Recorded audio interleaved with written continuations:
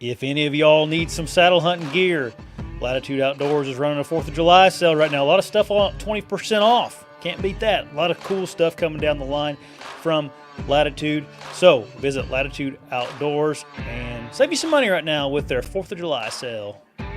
It's time to start thinking about whitetail gear. ASIO Gear offers a fantastic solution for any of your clothing needs. They've crafted a premium line of bow hunting gear that stands out in quality, especially for the price point. What's more, every purchase from ASIO comes with a lifetime warranty. That gives you some peace of mind there with clothing.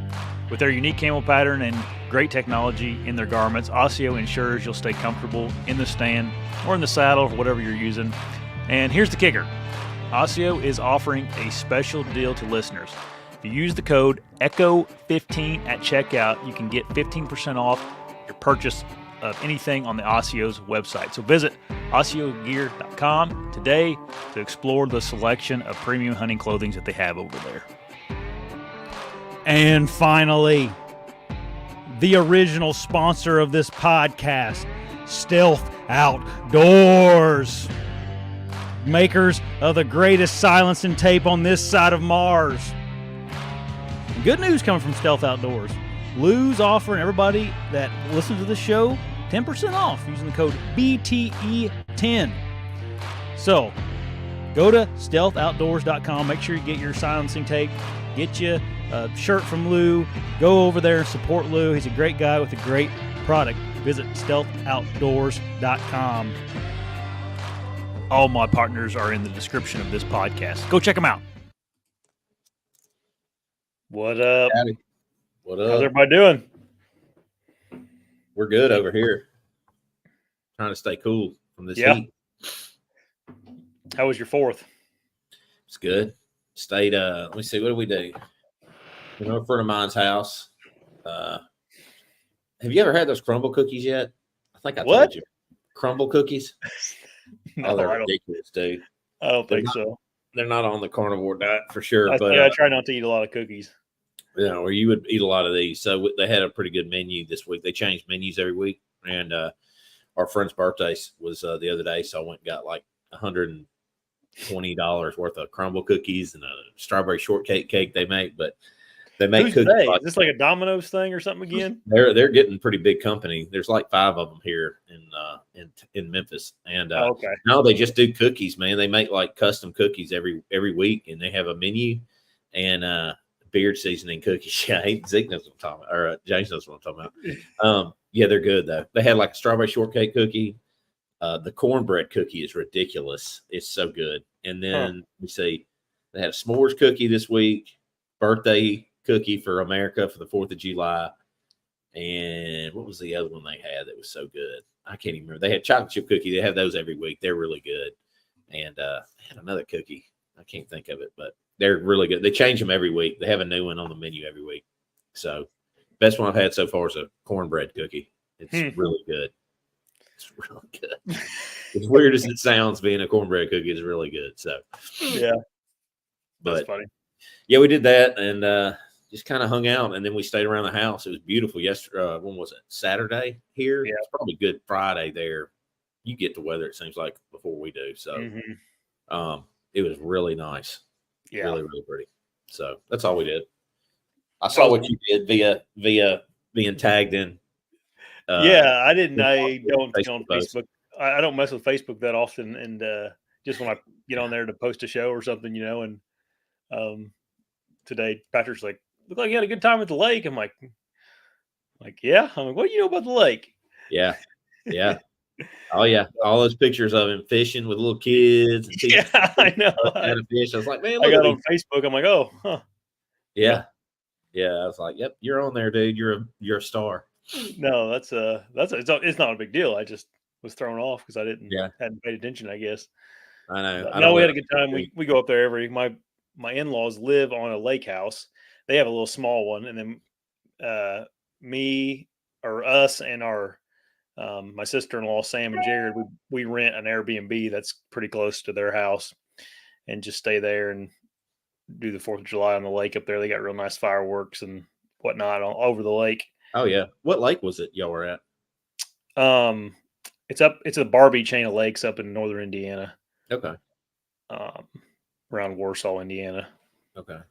Yeah, we got a bunch of lakes around here. My friend took his kids tubing the other day. He's got these terrible little twins. I've got some good video of them from turkey season too, where we're like, they're so rambunctious and they mess with him the whole time. Like they aggravate him to death. They're like, I think they're 9 now. They'll be 10 like this next month, or they might have just turned 10. Anyway, they're wild. And he used to be wild anyway. So they got it from their dad. And I mean, they hit him, punch him, kick him in the shins, and just, I mean, they're just rough on him. And then he yells at him like he's going to do something, but he never does. And his oldest son works for me. So we're always talking about the twins. And, Dylan's had to work for all his stuff. He had to pay for half of his pickup truck he bought. The twins, they've got like iPads and, they're on those. And he never had one when he was a kid. Like, they get all that stuff. So he's always talking about how they're going to be. And I was like, so which one's going to get arrested first? Just anyway, we went hunting, and to try to get him to calm down and focus, we were like, hey, his dad has awesome footage too. I'm going to show it next turkey season. There, he says, hey, first one to find me a track or some turkey poop gets a Snicker bar. Man, them 2 kids took off running so fast. And I was like, whoa, slow down. And we're kind of turkey hunting, juvenile hunting. Yeah. We got them out there, and we got Dylan. And, if a bird gobbled, me and Dylan would have probably slid off and let him take the twins back. But, we go down this road. They are flying. I'm like, whoa, y'all got to slow down. Come back. So they come back. I'm like, hey, look, y'all have to look for the turkey track. It ain't the fastest. I said, you're going to run over them. So that was hilarious. But he took them on he's got a nice bass boat. He took them over to one of the lakes here and drove them around and tried throwing them off, and they had a good time. So his pictures were all over my Facebook too. I did a lot of fishing while I was down there. Of course, I got some I got some nephews that are young and like to fish, and they don't get to fish very often. So I was taking them fishing, and I have my nice flipping stick. I got a nice flipping stick. I kept that in the truck because I didn't want them messing with it. Yeah. And then every morning I'd get out there, I'd catch a couple bass on the docks and stuff, like flipping around the docks. So yeah, I got the fishing bug pretty bad right now. I don't have time to go. What do y'all have up there? Smallmouth, or do y'all have largemouth too? Largemouth for the most part.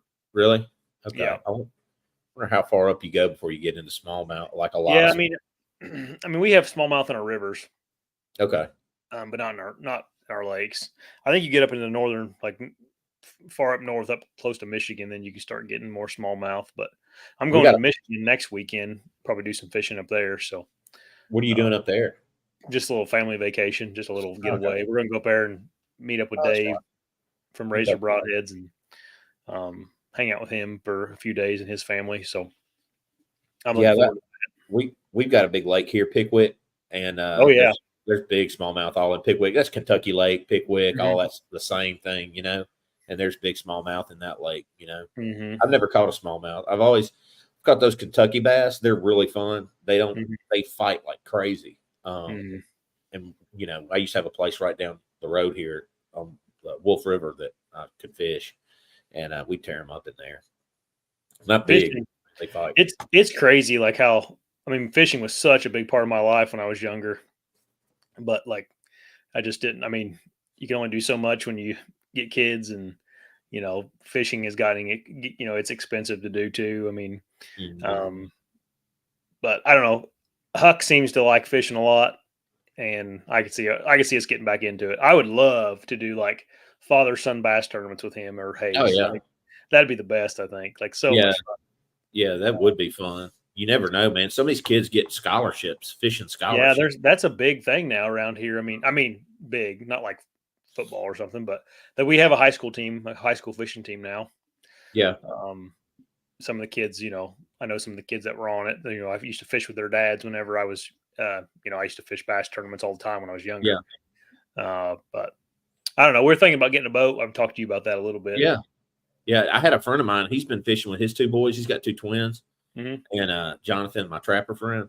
And they've been going up there at Cheney, like around Cheney on the Hatchie River right there. And they've been fishing the heck out of it, catching a ton of fish, like bass, I mean, you name it, they're catching them, mainly bass and catfish. And there's some big catfish in that river too. John used to do that noodling, or that we call it grabbling here, but noodling. Yeah, noodling. Noodling. He used I've to never done that. Oh my God. So let me tell you a story real quick.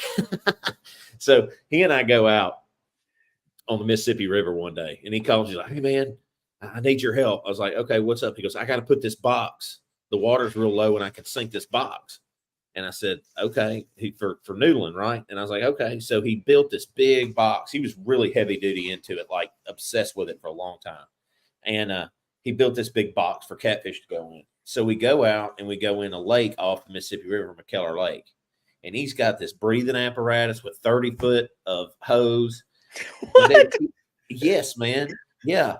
It was the nasty. So we get it up on the side, and he's like, "You got to fill it up with mud so it'll sink. And so the catfish will get in there and do their thing." I was like, "Okay." So we're like, I mean, I didn't expect any of this. So I'm like not dressed to get this dirty. Yeah. But I'm helping him, right? I'm being a good friend. So we're shoving mud all in this thing, right? I think I was like, man, maybe like 21 or 22. So I'm shoving mud all in this thing, right? And then we get it. We have to lift it up. It's heavy. We put it on his boat, and then he backs up a little bit, and he marks them and everything. He used to use a GPS to mark them. And, he goes and sinks it. But when he does, he's like, "Hey, I'm going to go down with it." I'm like, "You're going down?" And he's like, "Yeah, I'm going to go down probably 15 foot, and I'm going to sink it, and I'm going to get it down there." He says, "Just stay up here." And I was like, "Okay." So there he goes, whoop, down that air hose and like this jet pump, like pumping air to him. Craziest thing. I never have gone graveling with him before, but he was obsessed with it. Huh. Obsessed. He took his... So you just put traps out for him then, essentially.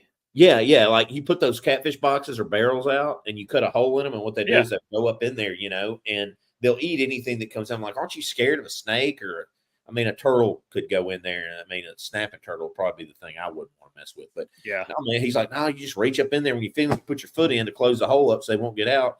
And then you slide your leg in." You see Hannah Barron and her dad do it. They're doing the same thing. They're using barrels and boxes and stuff like that. They sink. Mm-hmm. And so he used to do that, man. And John's done about everything. Yeah, I mean, he's nuts. I don't know, man. I don't know if that's for me. I just don't have any desire to do that, really. No, me either. I think I would. Did you see the Hunting Public episode where they went out to like Oklahoma? I think so, yeah. And they did it under natural stuff and it looked like a more of a cool water creek. Like it didn't look snaky. Yeah. And like that I would probably do, but I don't think I would do. I don't think you can't do it. I don't know where it was. I want to say it was Oklahoma, but it was years ago. Maybe it means you can't do traps in Oklahoma. Oh yeah. I don't think they weren't using traps. They were just going and finding logs. And then, that was a THP. It was, who was it doing it? I think it was Jake and Ted were doing it. That was a pretty cool episode. I think I'm gonna side with Chad Wright on the whole noodling thing. He said, "I'm not poor enough to go noodling." I don't want it that bad. I don't know. And another thing, John, when he did all that noodling stuff, like we call it the what was it? The Grand Slam. He had a Buick Grand Am. Like this is like a long time ago, man. He was like, I don't know what was going on, but he's getting back on his feet. Yeah. He had a Grand Am. I cannot tell you the places that he took. It looked just like that Land Cruiser that he had. Yeah. It looked. I mean, it was just like that. I mean, it was always covered in mud, and it was gold. It was a gold Grand Am, and he called it the Grand Slam. And he would take it like through fields, down mud roads, down like a car. It's like yes. It was a Pontiac Grand Am. It was like a late 90s, early 2000s model. My buddy had one. Oh my God. He'd take it everywhere. Like that's all he had at the time. His Bronco was broken down, and the stories about him and that guy, it's hilarious. That is hilarious. He drove it everywhere. That was back in 01 and 02. My grandpa did a lot of like limb lining and stuff out here on the White River for catfish, but never. Yeah, they call that diddy poles here in the South. Oh, really? But they take like a pole or whatever or a limb, and they hook a bait to it and a bobber, and then they go check them after like a day or two. Yeah. Yeah, he did. They do that up at the hunting club a lot. Yeah, but other than that, I never done anything. I mean, outside of pole fishing for catfish. I've never done any other weird. I mean, I've done some like jugging in ponds and stuff, but I bet you that diddy poles would be fun. Doing that yeah, limb line. I bet you that'd be not like trot lines, but like a limb line, because you got one line right off the side. Yep. Then when you catch a fish, you just, I mean, I think you never know. It's like almost like shed hunting, right? Like you never know what you're going to get. Yeah. Pretty much. So yeah. Apparently, the White River is just a fantastic, river to fish, and it's literally like I could hit an 8-iron into it from my backyard, and I never go fishing in it. Like I never go out there. Oh, you should. Well, I don't have a boat, so I'm kind of limited to what I can do. Yeah, you need a boat even if you did limb line. See, that's where I'm torn at. Maybe people can give me some tips here. We'll eventually start talking about our topic tonight, but yeah. So I'm torn between getting a good river boat, like a John boat, like maybe a 15 or a 1548, something like that. Yeah. Like a 20 horse on it that I can run up down the river, which is right by my house, very accessible. But then again, it's like, that's not real family friendly. Like that's not like a family friendly. Like then I thought about, well, maybe I'll get like a tracker, like a bass tracker. One of those like 18-foot with a 90 horsepower like bass boat on it, something like that. Like boat prices are starting to come down a little bit. Yeah. Get one this fall, but I don't know what I'm going to do yet. I can't decide. So does Maddie like to fish? She likes the water. She would just assume just lay on the back of the boat, So I would probably go. She would love to do that. I mean, she loves to do that. I just get you a little fishing boat. They're so cheap, and you can find an old used motor, and then like James is saying, like get a pontoon or something eventually, or work towards that for the family, because that's more like a family thing. Like a big bass boat, you're limited, a ski boat, you're kind of, I have no desire to get that, but like, I also don't know if the only thing a pontoon's good for is just laying around on it, hanging out on with your friends, listening to music, having a few too many usually. Yeah. So like my father-in-law has one. That's what that's for, but I don't know what I want. Whenever I was fishing, I had a 99 Stratus, like 18-foot with a 150 on. I love that boat, but we took it out on the lake all the time, just like chilling, but it was also just me and Maddie. Like we didn't have a kid back then. If you come down here to the Velvet Hunt, Shane has a really nice boat, and he's a crappie nut, and he's really good at it. Like he wasn't good at it, but anybody can be good at it with live scope, I think. But he's still good at it, and he doesn't even want to hunt anymore. He's like, I don't know what it is. I got two friends, him and another friend of mine. And it's like they turn like close to 50 and 50, and they just want to go fishing. They stopped hunting. They don't even care anything about hunting, and they just want to go fish all day, every day. If they got a day off, they want to be on the lake. How old are you right now? I'm 45 this year, so hunting season. You got 5 more good years in you then. 5 more good years to chase these deer down. I feel it slowing down. Crappie fishing. Yeah. I feel it slowing down. I feel my urge, my drive to go hunt slowing down a little bit. We'll have to change the podcast up to a fishing podcast or something. Yeah, do fishing like Fridays fishing with Josh and Patrick. We'll be fishermen. We'll have Awakening Monday, then you'll have your show on Thursday for the hunters, and then we'll do a fishing show on Friday. Yeah. See, Veteran Outdoors has my thinking. I'm thinking about getting a tracker. Yeah. With I don't know, because I could take that tracker, like a smaller aluminum bass boat. I don't want a big one. Yeah. But like get a smaller one, then I could take it on the river and on the lake, and we could chill on it. It'd be big enough to like take the boys to the lake and swim or something. Well, that boat I had was nice for that. The only thing like what Veteran Outdoors talking about is like the carpet's really nice because it doesn't get hot as like the aluminum does. So like the boy, they could have their shoes. Like when I fished with my friends when I was younger, when I worked at a hunting store, we'd always go fishing. I'd go with the guys that were in their 20s, and I was like 17, 18. Yeah. And they'd take me to the lake, and they had that carpet. Man, it's so fun. You just take your shoes off, and you just, kick back. It's a comfortable boat ride, Yeah. My, I kind of like that new foam stuff they have on boats now. Have you seen that? Yeah, the sea deck and the I know. Just I'm thinking like if I take it hunting, like you can just wash it off then if I get blood on it or something. Yeah, you could do that. Like that boat I had was perfect for that. If you put that deck on there, and then you could use it Yeah, I mean, you could use it for hunting too, because if you can get into the backside of some of those properties you got permission on from that river, then that might be good for your hunting too. I don't know. Well, that's the problem. I'm sitting here trying to find a boat that's perfect for everything, and just doesn't. That doesn't exist. No, that's why I sold mine. I got my truck paid off today, and congratulations. Yeah. Well, don't congratulate me too soon, because have something. I got to spend my money on something before the Ukraine takes all of it. But he's hit me up, dude. Zelensky's stole my pockets for the last 2 years. But this year I got something for him, man. I'm gonna try to buy some stuff and not have to pay as much. Badger ain't gonna make no money this year. Make zero, man. I'm gonna spend 100,000 to not pay 5,000 in taxes. But that's what Brand. She didn't want a boat, or the boat. We never really used it together, and I didn't. We're always together, so she wants a side by side, something we can go trail ride, look at pretty scenery and stuff like that up in East Tennessee, or Can you guys cruise around on the road in Tennessee? Yeah, they're street legal if you get them. You just got to get a tag for them, and I think it's got to have like turn signals or something, a horn maybe. Okay. So, yeah, it was the same thing here. Yeah. So, I mean, heck, y'all probably got trail riding up there. If we get the 4-seater, bring it up there sometime and go trail riding. That'd be fun. Yeah, we got a little bit. Don't got a ton of them, but people. That's a big thing around here is people cruise around town on them and stuff. Yeah, they do here too. I see them all the time on Rangers and all kind of stuff. Just driving to the grocery store or whatever. Yeah, it almost feels like just a status symbol a little bit sometimes. Yeah. Well, they're like cars now.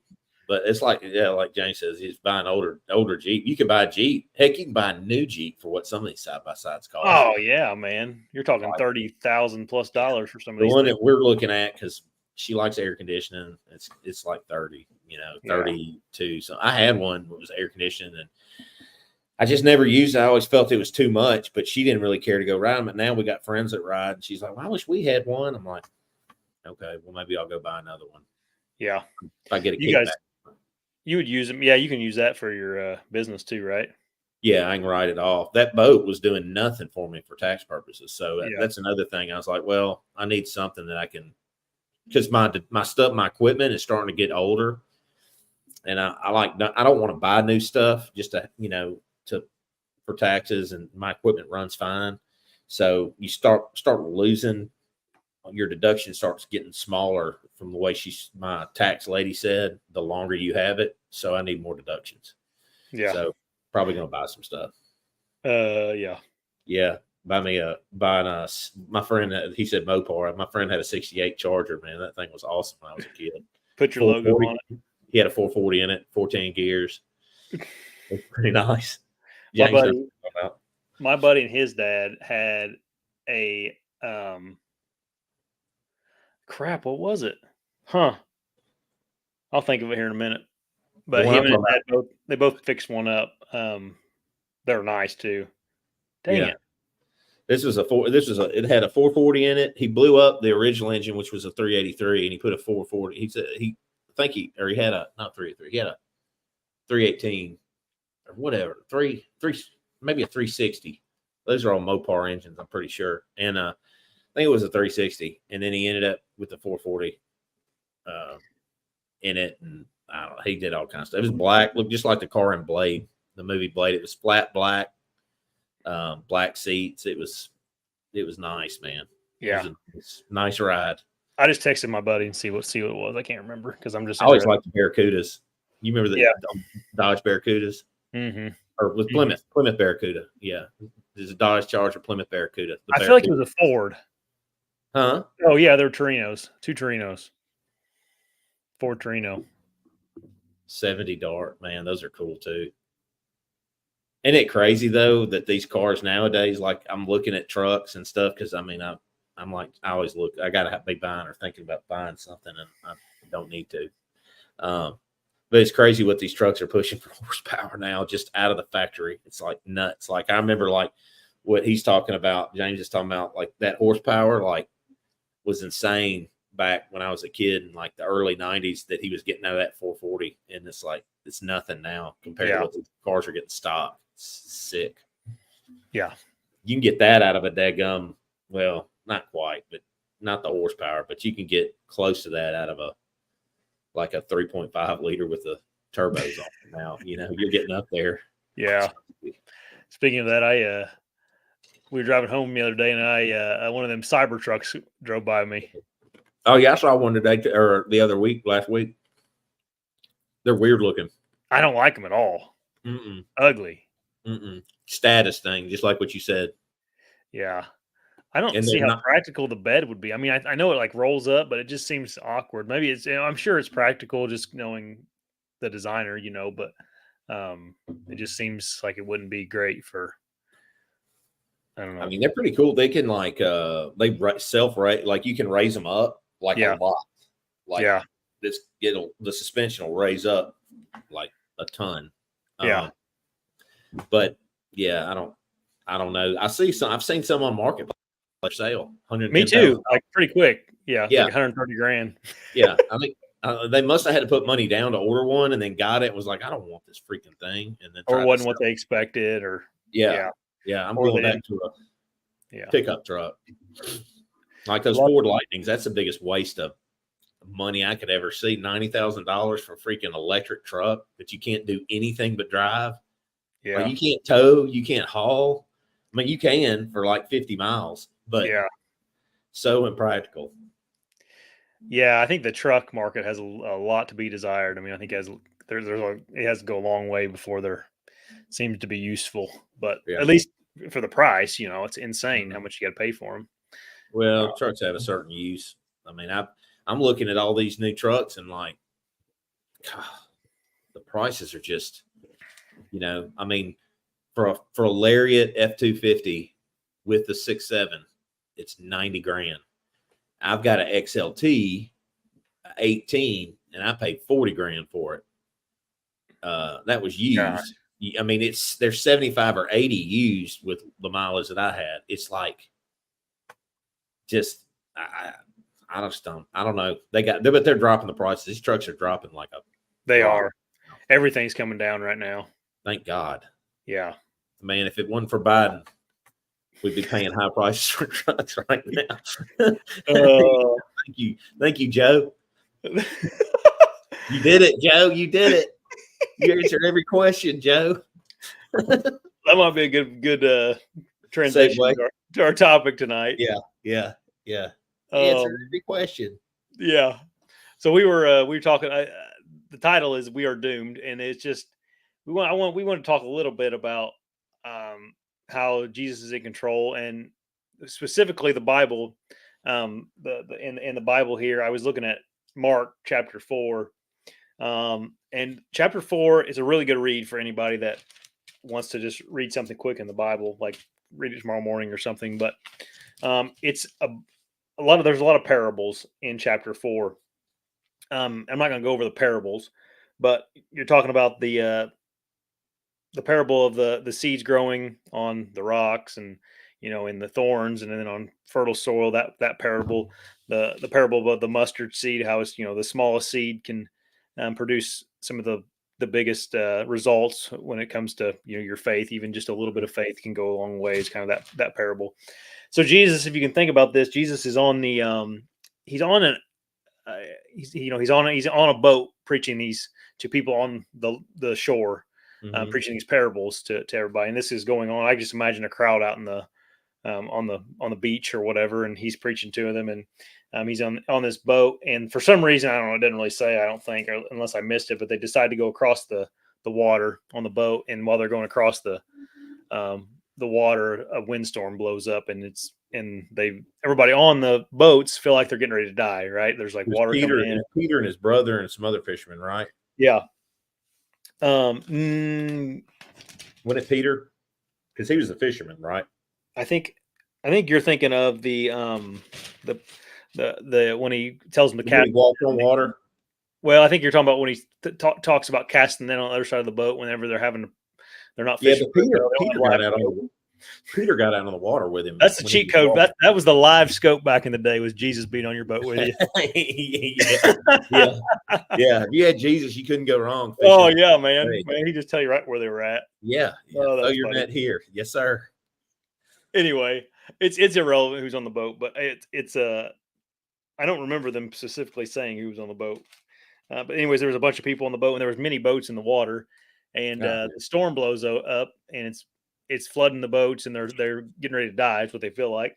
And Jesus is sleeping on the boat while this is all happening, and they wake him and say, "Teacher, aren't you going to do something about this? Don't you care that we're dying?" Right. And essentially, he gets up and he calms the storm and says, Do you now have faith?" Essentially, um, and that story is like the end of all the parables he was teaching in chapter 4 in Mark there, and really, it was kind of, to me, it was kind of like you know the last nail in the coffin for Jesus. He gave him all these examples of how to live on these parables, and then at the end he showed them, um, you know, to have faith in him at the end of the chapter there. And right now, man, it's so easy to find yourself so many reasons to be afraid or be fearful of what's to come, whether that be in our country or just, you know, there's all kinds of fear stuff going on in the media, Money. war, Yeah. um, The and I skin think, burning off our bodies under a nuclear attack. That's yeah, things like that. that one keeps me up at night. So I think that was a good. It was good for me to read it today Yeah. and think about, yeah, okay, like no matter what what the storm is that we're going through right now, we got to put our faith in Jesus and pray to Him that He'll calm that storm for us. Do you find yourself worrying very much though? Like you're a Christian, I'm a Christian. Yeah, I mean, do you find yourself like worrying? And if so, what do you do to remind yourself that all this is like to me? I remind myself, I'm like, this is means nothing. Like what we do here means something, like as in our works. If we are part of the church, right? If we're part of Christ's church, like our works mean something, right? But as far as the worldly stuff that goes on around us that impacts us, it doesn't really mean anything because we got something we're working towards, right? Like that's how I always think about it. And for me, it helps me kind of like, especially like with politics. I think I said last week, like I used to get really wrapped up in it, just get angry. And now I'm like, I don't care. Like I look at it now sometimes like this is just an evil system, regardless of who you support. And, you know, they're predetermined in this, but God and Jesus are forever. And if you just put your faith in that, it helps to calm me and just make me, I don't know, it's just helped me just not even really care as much because I don't think we should care about that yeah, as much. You know, you go vote if you think it matters anymore, and do your duty as a citizen. But like that's not really why we're here. You know what I mean? I guess to worry about. I'm not a big worrier. hmm I just wonder, you like, how do you worry? And if you do worry, what do you do to talk yourself out of the worry that you have? yeah. So I worry about like my boys and my family. That's the only thing I really worry about too much. I worry that I want to make sure they have enough money to get any opportunity they need. I worry about their health. Huck has some eye problems. I constantly worry about that until that hopefully gets solved one day. Mm-hmm. That's the things that I really worry about. And yeah, I mean, I Maddie does a good job of like reminding me that God's in control of all that, and we just gotta pray that everything's going to be okay. Um, but yeah, I don't worry much about like whatever I got going on in my mind or what, Yeah. other than my family, I guess. And I'll be honest with you, like that's pretty much what that occupies my mind and my time is my family. So, yeah, before kids though, yeah, I think like James said, like I didn't have to have nothing, to Yeah. to be But okay. yeah, I'm like that. Like I don't have kids. I have my Mhm. wife. So like I do worry about her at times, as far as her safety, especially when she's driving into Memphis to work. I mean, Yeah, there's like 200 homicides already in the city, and we're just now in July. So yeah, I do worry about her quite a bit, like in that way. So I guess I worry for that stuff, but it might just be that I don't have kids. But I just never really worried, man. I just kind of always felt like no matter what I did, it was going to be all right.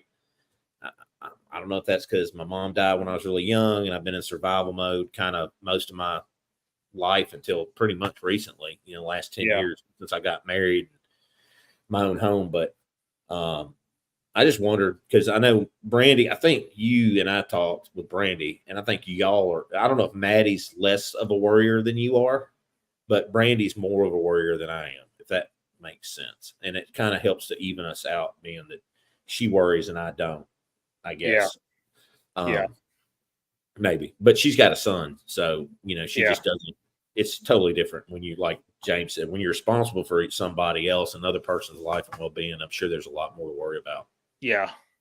Yeah, I worry a lot about being like a dad and like raising two good boys too. Like that's something I put a lot of like sometimes I feel like I'm too hard on Huck because I want him to be a good person and be respectful and all that. And then in reality, like he's 4, he's still figuring everything out, Yeah. So sometimes I'll get on to him about something he said or did, or like, for example, our carpet is a wreck, like our carpet in our living room, because he's wrecked it, right? Like he's kids stuff on it, build stuff, everything. And like, I was changing I was changing bed sheets earlier.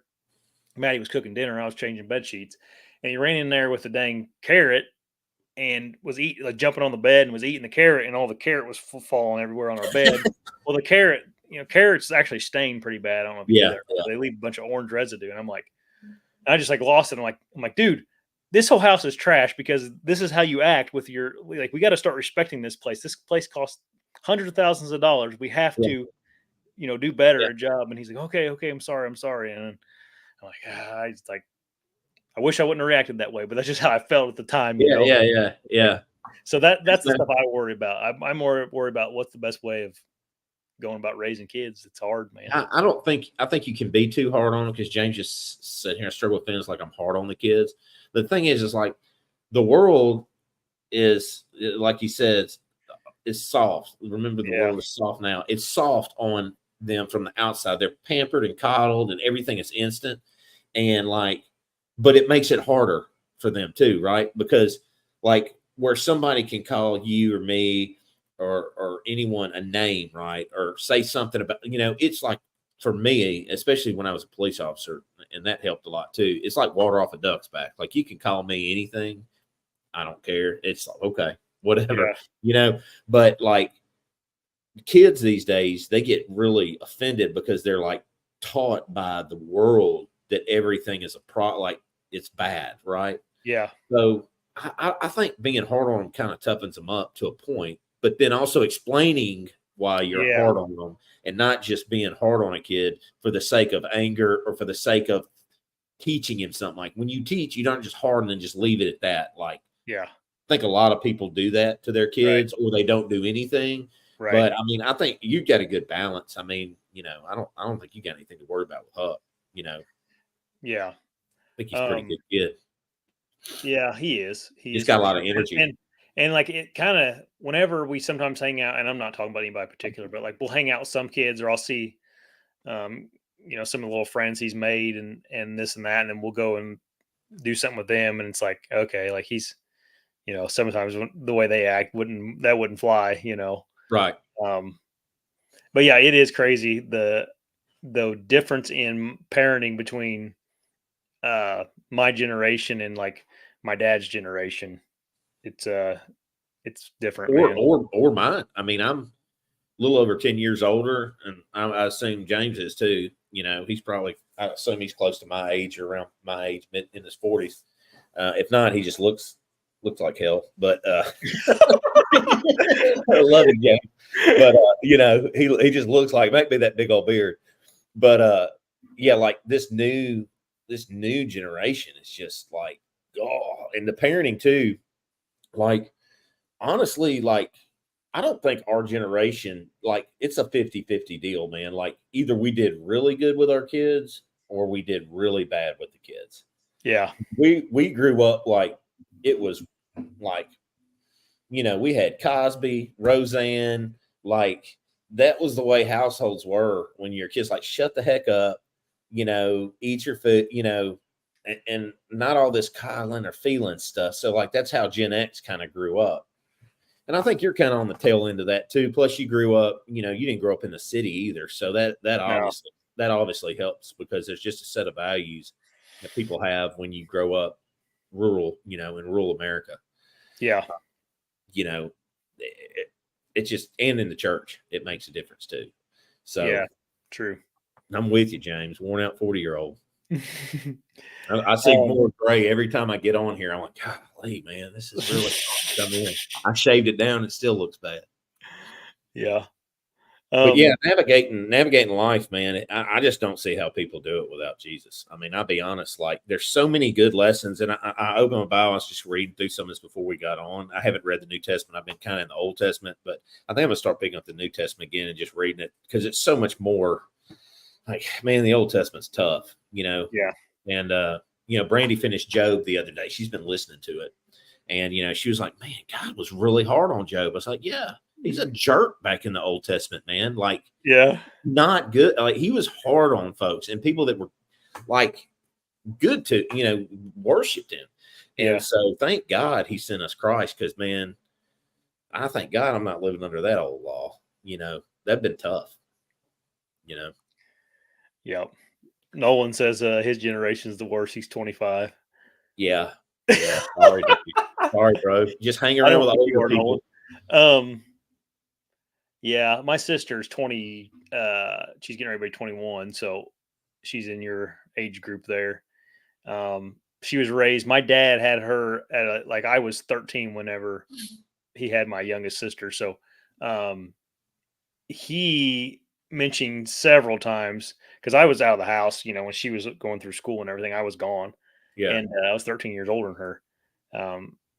And he mentioned several times to me, like, he's like, man, my sister's friends' parents that are younger, like like a lot younger than my dad, he was like, they let those kids do anything they want, and they let those kids walk all over them. The example he gave, they hosted a volleyball party. My sister played volleyball, and they had like a little get together with all the parents, and the kids came over, and they're like freshmen or sophomores. I don't know what age they were, but they were younger. They couldn't drive yet, and all the girls were over there, and a couple of the girls came and like, someone's, so and so boy's going to come pick us up, and we're going to leave.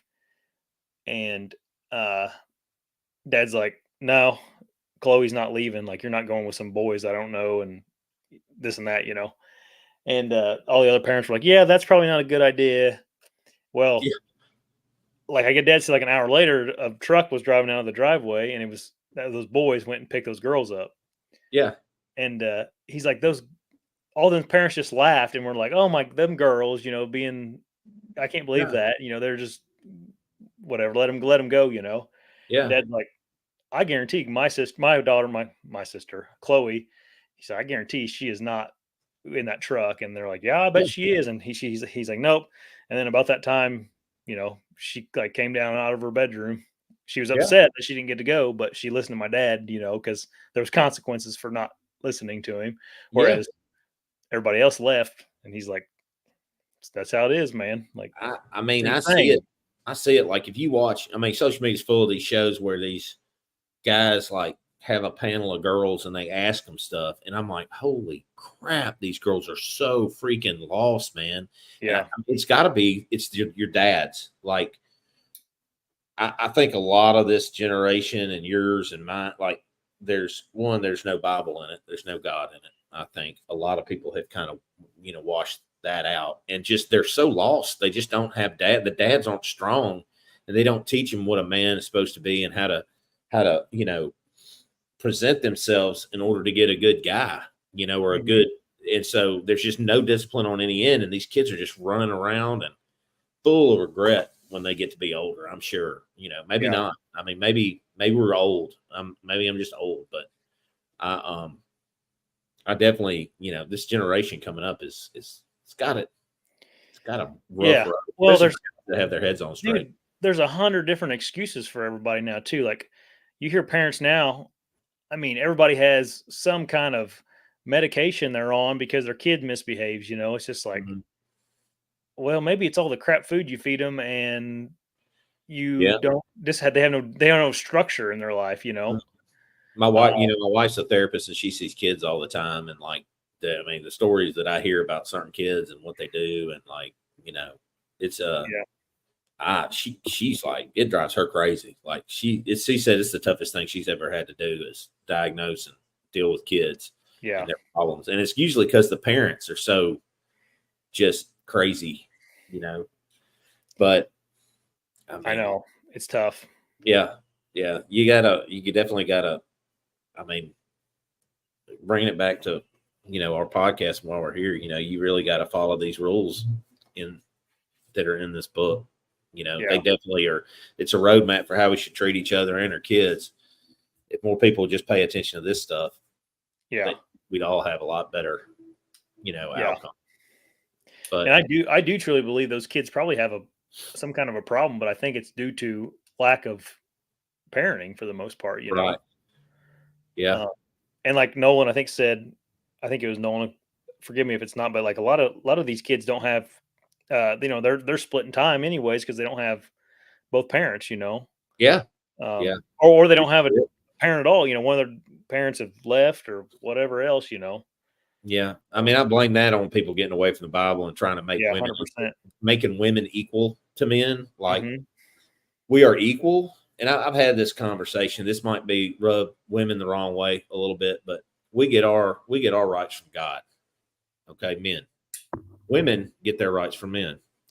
And the reason, and it's that way, it's biblical. And the reason is because what are women going to do if we say no? Like, it's a force. Like, you go over to Iran, right? You see how those women have to dress in Iran. Now, I'm not saying that's right, but women now want to make the rules. And that's not the way God designed it.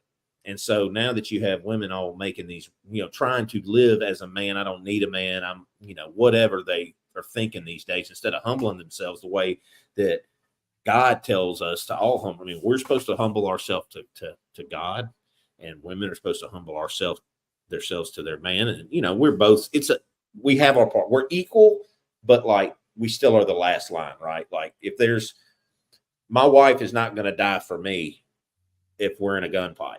You know what I mean? No, that's a good way of looking at it. Yeah. It's just not going to happen. Like, one, I'm not going to allow that to happen. And two, she's not going to do that. Like, she's going to be run, and I'm going to be trying to protect. That's the way we're wired. We're going to die for them, and they would die for the children, right? The children ain't going to die for us, but the children, that's kind of how it goes, right? So we're the last line there. And whether you like it or not, we're equal, and we treat women as equals because we're told to do that, because Christ tells us to treat them as equals. But at the end of the day, the way that God designed it is he made Adam first for a reason. He made us strong for a reason. He made us have denser muscles, denser skeletons, all that stuff, and aggressive and all those things, and disagreeable and all that for a purpose. And that was to protect our families, right? And these women that are now going out and thinking they can do it on their own, and really the weak men not stepping up and being what they're supposed to be, is why our country is in so much chaos right now. If people would just, humility, man, it goes a long way, and people just don't do that anymore. All right, so that might be controversial with some women. I'm not a chauvinist. I love women, and I respect them, and I believe they have value, but there's a way God designed it. And man, if you're thinking your woman needs to jump in front of that bullet to save you, you've already lost the game, So that makes sense. I've never heard said like that about the analogy of jumping in front of a bullet. I just made that up. So hopefully that. No, that's good. It just kind of came off the top of my head. It's like, I didn't know exactly where you were going with it at first, but and I think sounds harsh when you verbalize that. Yeah, but it's not in the manner of if you knew how God wanted us to treat women, like it's we're supposed to, our life is supposed to mimic how we want to mimic Christ to the women in our lives, right? Our significant other. So it's like we're supposed to treat them as we would die for them, and do whatever for them and all that. So, yeah, man, it's a weird time we live in, and like you said, I think it's due mostly to weak-minded men. So yeah, I mean, I'm not, when I say that for any of the younger viewers that are on here, because I actually had a guy send me a message wanting my counsel on something last week that we spoke about. And it was crazy. And I mean, it made me feel really good that he valued my opinion enough to ask me a question. So if you're on here, thank you. I really thank you for putting your trust in me and my opinion. But,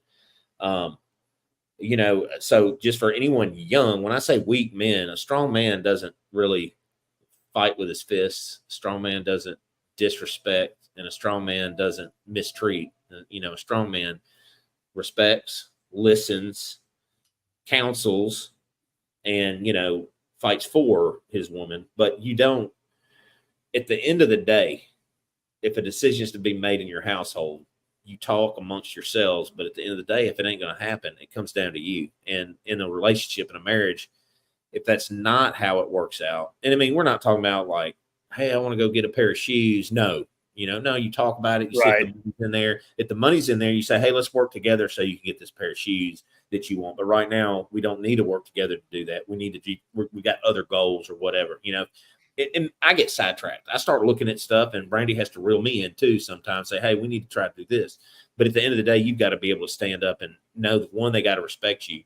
So you always have to be respectful. And I think you said that on one of the podcasts, is if you're living the way that Christ tells us to live, then women are automatically, they should respect you, So yeah. I just kind of wanted to clear that up just in case one of these younger guys watching thought, oh, he's saying you just got to be hard on women and don't listen to them. You got to listen to them. Jesus tells us to listen to women. I'm just saying that when you look at the basis of a relationship under God's, the way God designed it from his own words in the Bible, it's God, man, woman, children. And it's that way for a reason. So yeah, you have to also live up. Like, if you're not living up to where you're above your woman, as far as someone she can respect, not above her, but if you're not living up to that, what Christ tells us to and God tells us to, then you're also losing, and you need to research how God intended you to be, and then you need to try to be that too. You know what I mean? And try to live up to His design for you. Yeah. If you're not living up to it, and we all struggle with it. I mean, sometimes I do, sometimes I don't. Sometimes my wife has to pull my head out of my butt and say, "Hey, dude, you're slacking. Pick up the pace." And also, if your significant other has a problem with that, you're probably not doing something right. Like, yeah.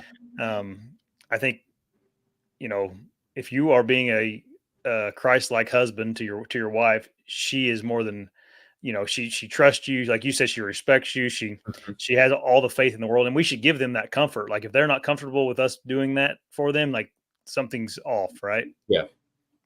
You don't have to make a lot of money.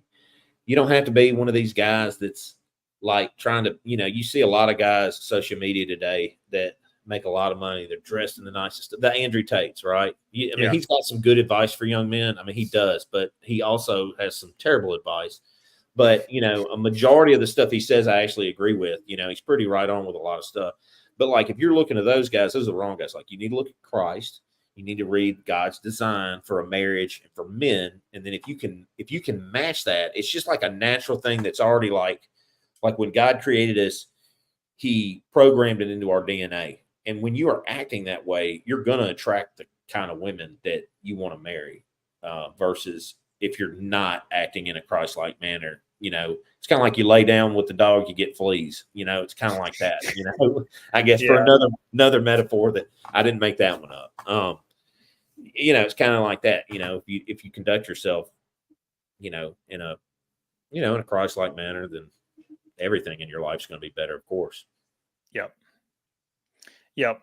John has from Ephesians 5. He has a good verse. Husbands, love your wives, even as Christ also loved the church and gave Himself for it. So that's what we're talking about. I mean, that's what we have to be.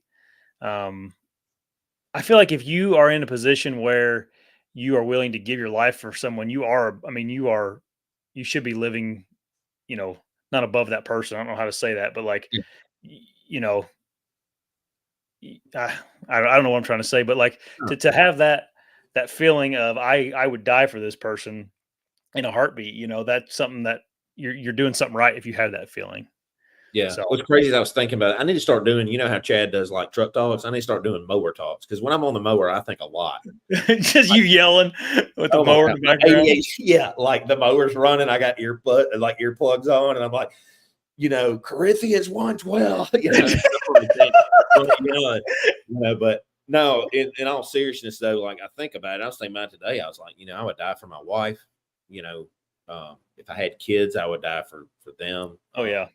I mean, what would life be like if you let your wife die for you? Like, you got to like look at yourself and go, okay, like, how would I even look at myself in the mirror? Like, if you can say, no, I mean, if she died, I mean, I ain't jumping in front of a bullet. Like, man, you're messed up as a man. Like, you really need to check yourself because there's no way that I would let my wife die to save my life. I mean, there's just no way. I mean, we're both going if that's the case. Yeah. But man, something else that people anymore. And I don't want to offend anybody that's been in divorce, but man, people just get divorced for anything anymore. Mm-hmm.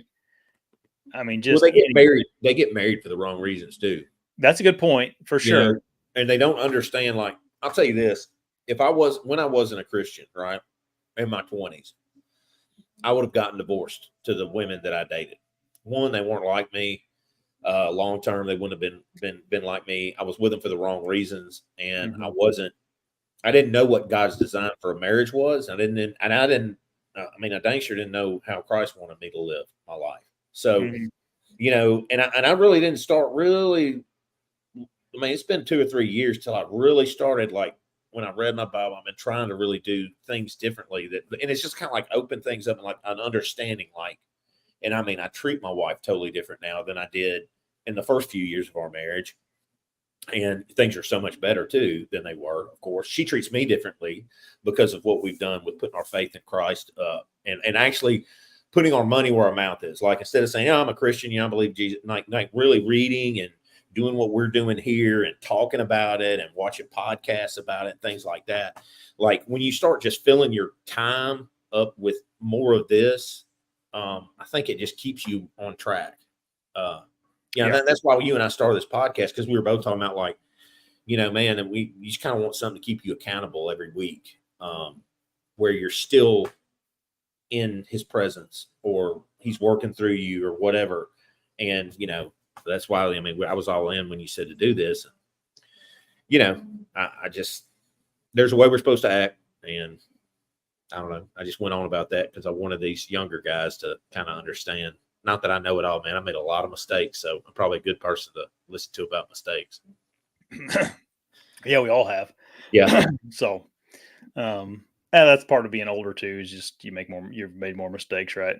And I waited till I was 35 to get married. Like, I didn't get married until I was 35, and kids were, I mean, I might be 10% regret not having kids. In the world we're in today, I don't know what it would have been like at this point. So I can just say, like, with this world being how it is, like, I'm good with it. I don't know who's going to wipe my butt and stuff when I'm in a nursing home at 80 or 90 years old, but I mean, I'm sure somebody will be paid by the government to do it. I don't know. Maybe you'll be a lucky one and you'll die like, I don't know. My great uncle Steve died a couple weekends ago, and he was like 90 something, Awesome. But he just went to McDonald's and got it, like he does all, like, he got a coffee at McDonald's, and I guess he came home and was sitting in his recliner watching TV and died. So, hey, I mean, my dad always said, I want to die under a tree somewhere in the woods. Yeah. Yeah, I'll get Josh to wipe me. He'll be alive. Oh, no. I couldn't be his dad. I'm 44. He's 33. So, really? 11. I probably wouldn't have been his dad. But that's funny. Yeah, that'd be kind of tough at 11. I didn't have that much get up and go at 11.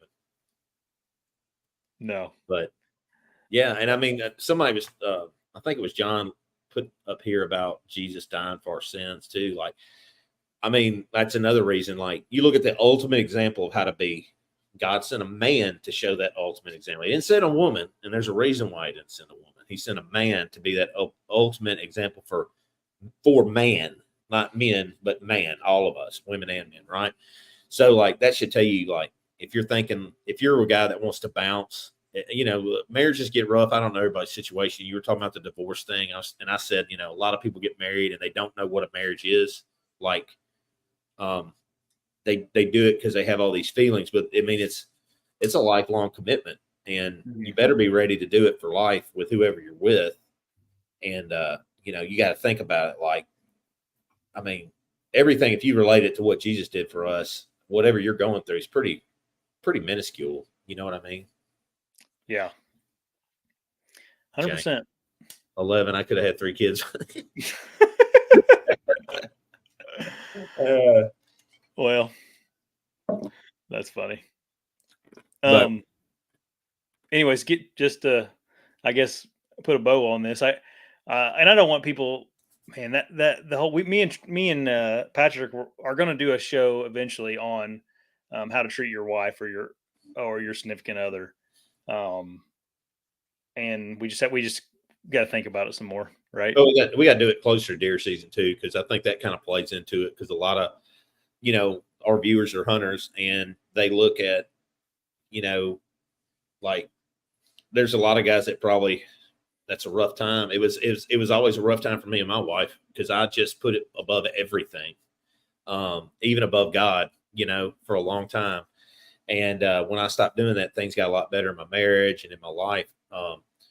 So like, I think that'd be a good show to kind of maybe guide people from our standpoint, people your age, people younger than you, people younger than me, and people my age and maybe older who struggle with that. Because man, I love deer hunting, man. I love being in the woods almost more than anything in this world, right? Yeah, at least for 5 more years. Yeah, at least for 5 more years. Then we're going to go buy minnows and go crappie fishing. Yep, I'll be crappie fishing every day, like an old man sitting out there in the lake.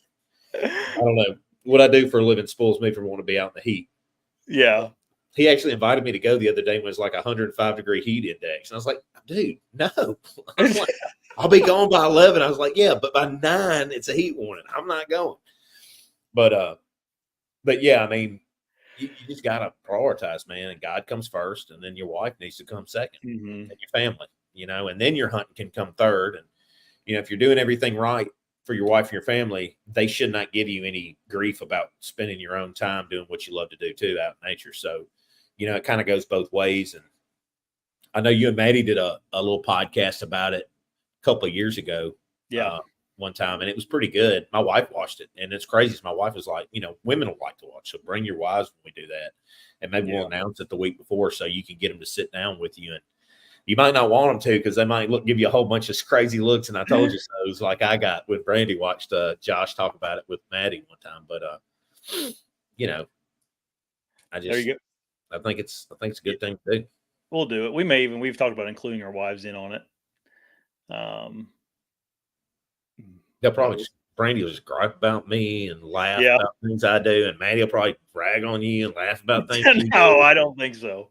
Hey, did you see? Have you seen this TikTok or Instagram reel where this guy's like driving and his wife's in the car, and it says like, "This is what it's like being married to a hunter," and he's like doing this, and he's like, "Oh, you see that deer over there? Hold on, is that public? Let me get my phone. Let me look at Onyx." And he goes through all the stuff. I'm like, Brandy's like, "This is you 100%. Oh, I almost ran off the road. Hold on, let me back up. That looks like a big one right there." I haven't seen that, but it's 100%. If I find it, I'll find it and I'll send it to you. It's like, it's me to a T. Like, I almost run off the road all the time. Like the other day, I almost hit a car coming head on with my worker in the car, and he was like, "Oh my God." I was like, "Did you see how close we got? I was looking for turkeys in this field." And I came around the corner, and I do this every day, and there was just a car coming, and I just was kind of a little bit over, because where my head looks, my car drives. So I was like, "Oh, that could have been bad." My heart was beating fast too. So they got close. And I've been there. Yeah. When I get to that corner, I look forward, and then I slow down to stop, look out in that field. There you go. Zeke says Patrick have a kid. His grandpa had his last kid at 55. Man, my wife's 50 already. So I'm 45, she's 50. So kids are probably out of the equation unless some miracle happens. My parents always said I was a miracle, because my mother had breast cancer, double mastectomy, chemotherapy, and then had me at 42 years old, which was unheard of in 1979. Yeah. So, you know, I got a lot to be thankful for. That is crazy. I don't know their names, and their names are real, but some couple had a baby in this county. They were like 60 something. They're like, whoa. I keep on seeing this like young black guy and this old white lady, and they keep coming across, you know, TikTok or something, and they're holding it's some article thing. Like now Facebook just has stuff. And I'm not friends with these people. I don't follow this channel, but like this thing comes up and it's like this guy and he's holding her belly and she's holding a picture. Dude, this lady's older than Methuselah, man. I mean, she's old as dirt. And I got like no teeth. And it's like this black guy's like maybe, I don't know, 25, 24. And I'm thinking, wow. And they're having a kid. I'm like, oh gosh, like it's crazy. I don't can't believe everything on the internet either. No, it's probably something. I'm probably just tricked. Like the Matrix got me, but I'm into it. I got you. I'm gonna follow the story now. I'm gonna figure out whether she has this baby and when it comes out. You know, if it's has 2 eyes and a head and arms and everything it's supposed to have. You know. Yep. It's funny. All right. I don't know what else we can talk about tonight. Pretty good talk, man. Yeah, it was. If you guys get a chance, read Mark chapter 4. It's a really good read, and you got something going on in your life, man, just pray about it and try to know that Jesus has it under control. Yeah, stop worrying and put it on his shoulders. They're plenty big for whatever you can't. And I'm talking these worldly anxiety, the worldly anxiety we have, you know, the things that are out of our control, right? Yeah, man. I had a customer today start talking about politics with me, and you know, my neighbor did too.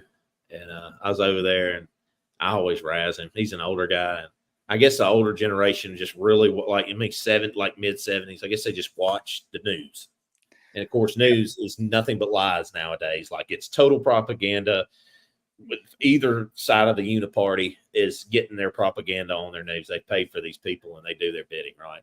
But you know, I asked him, I said, so what'd you do? Did you see that debate the other night? What'd you think about it? He goes, I said, Joe Biden, he didn't look too good. Your boy didn't look too good, did he? And he goes, oh, he was sick.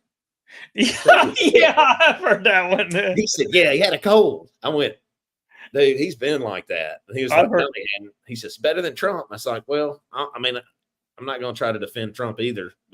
But I mean, he's a corpse. He was like, and what'd he say? He said, so he goes, well, I ain't voting for Trump. He's going to be a dictator. And that's that fear thing that we're talking about. Like this news has you so afraid that, you know, they say Trump's going to be a dictator. You know, I mean, Biden is too old to be president, but, you know, they talk about Biden's going to start World War III, you know, or, you know, he's going to do this. And, you know, at the end of the day, if you're worrying about all that stuff, your head's not in the right place anyway.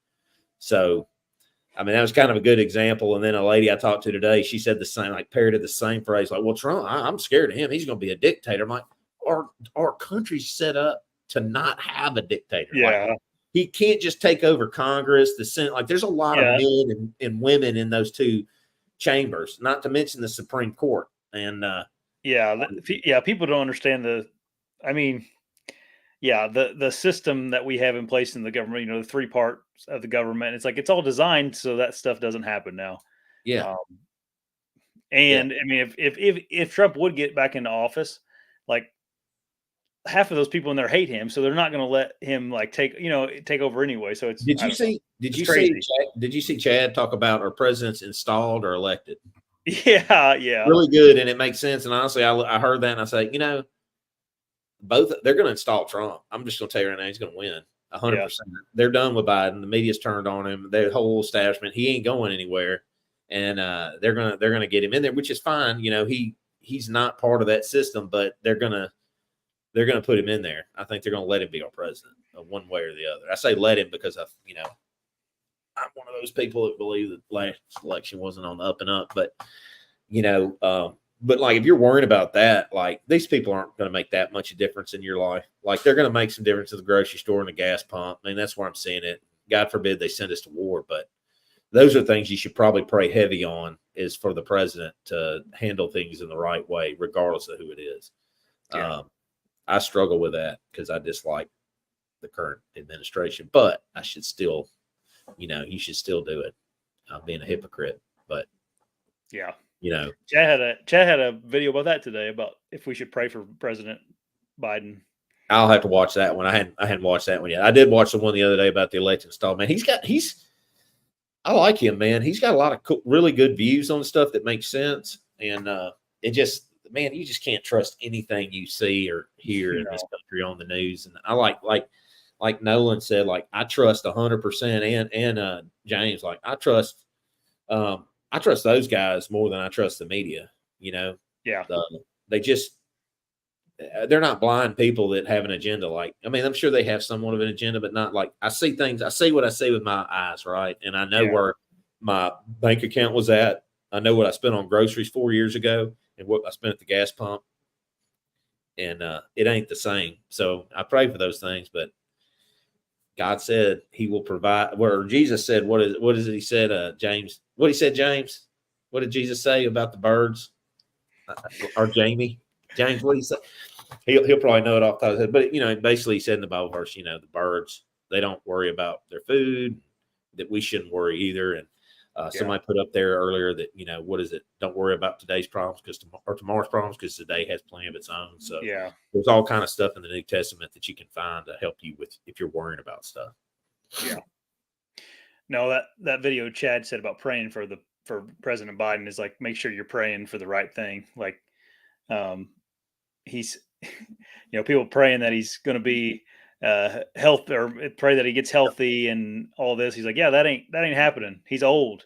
Like, that's what happens. People get old and then they die. It's like, he's like, quit wasting your time praying for that. Like, you need to pray that he finds Christ and that, he turns his life around. It's like, and does what's best for the country and all that stuff. And he's not a particularly a real big fan of politicians in general. He thinks that's a really corrupt thing to do. Mm-hmm. So I think that's what he meant by it. I don't know if he was necessarily calling out President Biden per se, but just in general politicians, or lifelong politicians, Yeah, they're all shady. And I mean, that's why the two choices, in my opinion, the only two choices should be Trump or RFK, because neither one of those guys are career politicians. Even though Kennedy comes from a political family, I really do believe it's genuine on what he wants to do for the country. Now, I don't agree with all of his policies, but I think he's better than what we've had for the last, my lifetime, other than Trump's 4 years. I think he's like, it's just the same old, man. And, hopefully God has his finger. I know God has his finger on this election, as he does with everything in the world too. But, just don't worry about it. Yeah. All right. Thanks for getting on, everybody, tonight. There was quite a few people on tonight. So awesome. We'll talk to y'all, Thursday. I got Robert Carter coming on Thursday. So also, I wanted to say before I left, I always want to, if y'all ever use my links in the description, I wanted to say thank you, because that's a good way that you guys support the channel, is those links down there. Helps me and helps the channel out. So thank you if you ever do use those. I don't ever say that on here enough. So saw ASIO came out with a new piece of equipment too. Yep. Just they got a puffy jacket came out. Somebody, Kalen Pope, I met. He's part of their team or whatever. Mm-hmm. I think he makes Joe Miles arrows and stuff for him. Sends him his arrows and tunes his stuff. Anyway, I don't know if he tunes his bow, but I know he does build his arrows. He put it on his page. It looks good. Y'all go check it out. Yeah. Use the code that code below too, save you 15%. So don't buy anything unless you use that code. That way you save a little money. Yeah. All right. Don't use Don Higgins' code. I don't know if Don has one. He's like 10 times bigger than this channel, so he probably uses a lot more codes. But I'm going to have Don on sometime. Joe's going to hook us together. So that'd be cool. He would be a good person to have on this. Actually, he does something like this on Sunday nights. Yeah, that'd be pretty cool. It'd be cool to talk to him and ask him about how he got started doing it, like advice on it too, because we could always take advice to do better. So, all right. Everybody have a good night. See ya. Bye.